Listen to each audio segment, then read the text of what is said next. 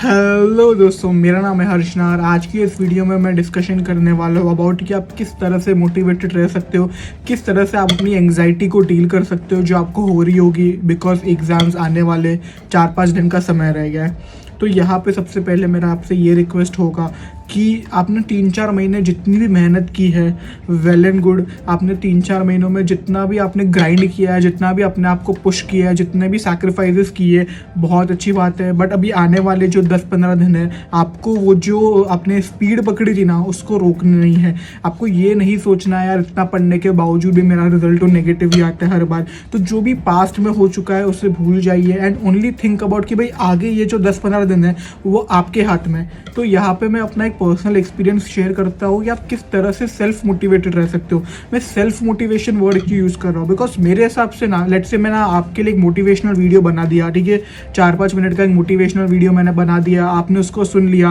आपको अच्छा लगा सुन के, आपने उसको इम्प्लीमेंट भी कर दिया एंड 1-2 दिन आप उसको इम्प्लीमेंट करोगे एंड देन वापस आप सेम टू सेम वही सिचुएशन में आ जाओगे जहाँ पे आप पहले थे।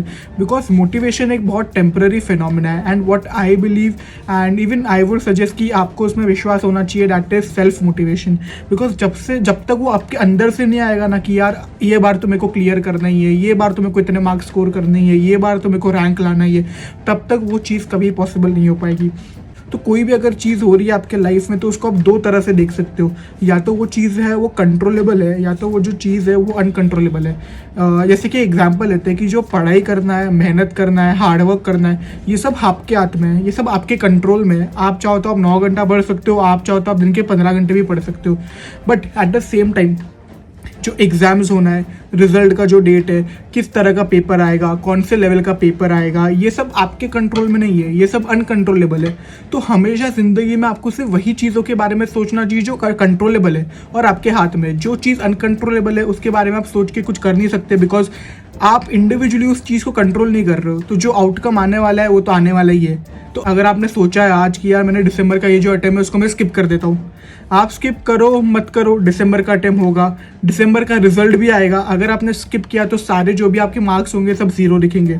तो जो चीज़ आपके कंट्रोल में ना, सिर्फ वही चीज़ पे आपको फोकस करना चाहिए and at this particular point of time जो चीज़ आपके कंट्रोल में है वो है मेहनत करना। तो जी जान मेहनत कर दीजिए। 3-4 महीने आपने जितनी भी मेहनत की है उसको आप कंटिन्यू रखिए। बिकॉज बहुत सारे लोग क्या करते हैं, 3-4 महीना जो प्रिपरेशन का पीरियड होता है अच्छे से मेहनत करते, 12 घंटे 13 घंटे फुल ऑन पढ़ाई करते, बट जैसे जैसे एग्जाम के डेज पास आने लग जाते हैं ना, उनका मोटिवेशन लेवल कम हो जाता है या फिर उनको एकदम लेजीनेस फील हो जाता है और उनको ऐसे इरिटेशन हो जाती है कि बस यार अब तो बस कैसे भी करके ये 10-15 दिन निकल जाए, फिर मैं टेंशन फ्री हो जाऊँ और एंजॉय करूँ। बट आपको वैसा नहीं करना है। आपको एक क्रीम बंदा बनना है या क्रीम बंदी बननी है। आपको क्राउड में नहीं रहना, आपको एक क्रीम क्राउड में आना है। उसके लिए आपको सेल्फ मोटिवेशन लाना पड़ेगा। एंड मेरे लिए सबसे बड़ा एक मोटिवेशन क्या होता था तो मैं आपसे शेयर करता हूँ। तो आई हैड अ फियर कि यार अगर मैं फेल हो गया तो वापस में कोई ये सारी चीज़ें नहीं पढ़नी है, ठीक है। तो आप इस तरह से इसको इमेजिन करो कि आज आप पढ़ाई कर रहे हो, ठीक है, एग्ज़ाम्स होने वाले हैं, एग्ज़ाम्स ख़त्म भी होंगे, दिसंबर का जो अटेम्प्ट है उसके रिजल्ट आ जाएंगे फेब में, और जब इंस्टीट्यूट अनाउंस करेगा रिजल्ट्स का, उसकी एक रात पहले जब आप सोचोगे तो आपको वो सेटिस्फैक्शन होना चाहिए, यार चल मैंने मेरी पूरी मेहनत की थी, अभी जो भी होगा इंस्टीट्यूट के हाथ में, जो भी होगा मेरी किस्मत के ऊपर है। ये आपको ऐसा सोचना चाहिए। अगर आप ऐसा सोच रहे हो कि यार मैं थोड़ी और मेहनत कर लेता, क्या फिर मेरे को थोड़ी और पढ़ाई करनी चाहिए थी, या फिर मेरी प्लानिंग में कुछ प्रॉब्लम हो गई, या फिर मैंने 15-16 डेज अच्छे से पढ़ाई नहीं की, तो फिर आपका रिजल्ट नेगेटिव आने वाला है। तो हमेशा याद रखना दोस्तों, ज़िंदगी में कभी आपको रिग्रेट नहीं होना चाहिए। अगर रिजल्ट आ गया, ठीक है, अगर उसमें लेट्स से नेगेटिव रिजल्ट आया, बट फिर भी आप कह सकते हो अपने आप से कि यार तूने फुल मेहनत की थी, बट रिजल्ट नेगेटिव आ गया, कोई बात नहीं, हम आगे भी मेहनत करेंगे। तो ये अप्रोच होना चाहिए आपकी लाइफ में। और मैं अपना खुद का एक पर्सनल एक्सपीरियंस भी शेयर करता हूँ। तो आपको पता होगा जुलाई 21 में I qualified as a chartered accountant and 5 जुलाई को जब मैं मेरे एग्जाम्स लेकर रहा था तो फर्स्ट जो पेपर था हमारा फाइनेंशियल रिपोर्टिंग का था 5 जुलाई को। तो वापस मैंने 6 to 7 डेज डेडिकेट किए थे फाइनेंशियल रिपोर्टिंग को पढ़ने के लिए।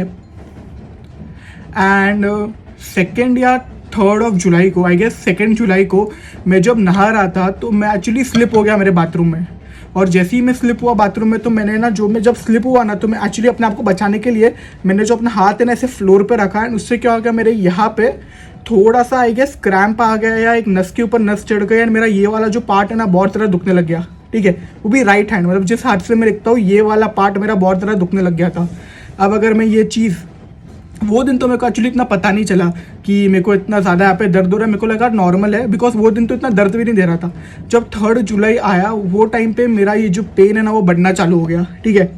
तो अब 3 जुलाई को ये पेन मेरा चालू हो गया एंड 5th को एग्ज़ाम था। अब मैं ये चीज़ अगर घर पे बोलूँ कि मेरा ये वाला जो पार्ट है राइट हैंड का जिससे मैं पेपर लिखूंगा वो दुख रहा है, तो घर वाले बहुत ज़्यादा स्ट्रेस में आ जाएंगे।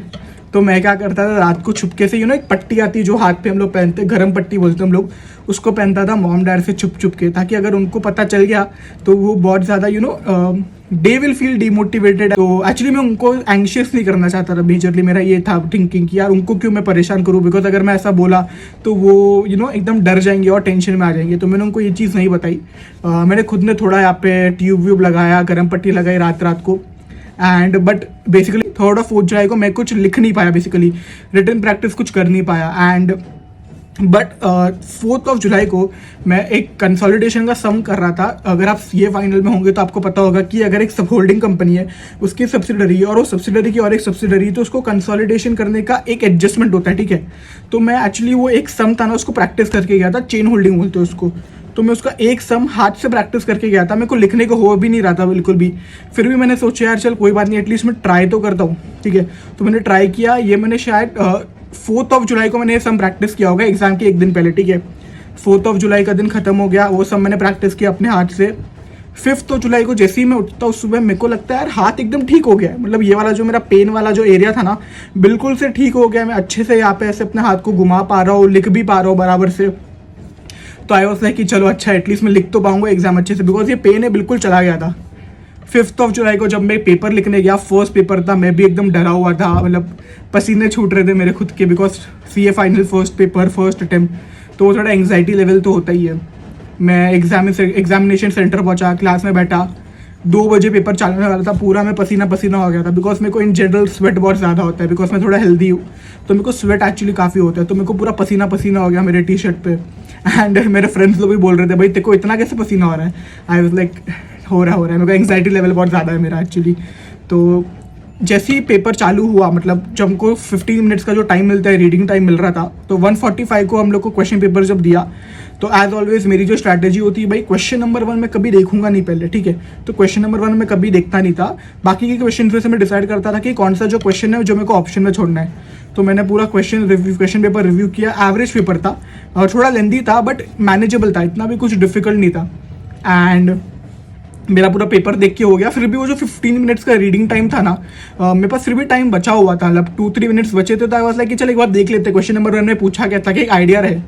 तो जैसे ही मैंने क्वेश्चन नंबर 1 देखा, it was the exact same question जो मैं 4th ऑफ जुलाई को प्रैक्टिस करके गया था। Same question, same format, same adjustments, सिर्फ थोड़े नंबर्स इन्होंने चेंज किए थे, but exact same to same copy था वो वाले क्वेश्चन का जो मैं प्रैक्टिस करके गया था एग्जाम के एक दिन पहले। एंड वो पर्टिकुलर जो क्वेश्चन था वो था 16 मार्क्स का।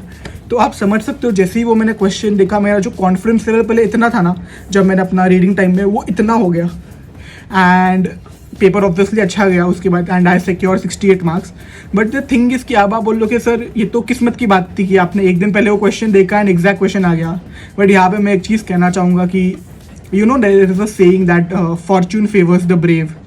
तो बस दोस्तों, अभी के लिए इस वीडियो में इतना ही। कोई लाइक मत करना, सब्सक्राइब मत करना, चुपचाप वापस पढ़ने को बैठ जाना। Thank you so much guys, thank you. कुछ भी अगर आपको बात करनी हो तो आप मेरे को व्हाट्सएप कर सकते हो। इस वीडियो के डिस्क्रिप्शन में मेरा व्हाट्सएप का नंबर रहेगा, तो मेरे को डेफिनेटली एक बार टेक्स्ट कर देना। All the best for examination.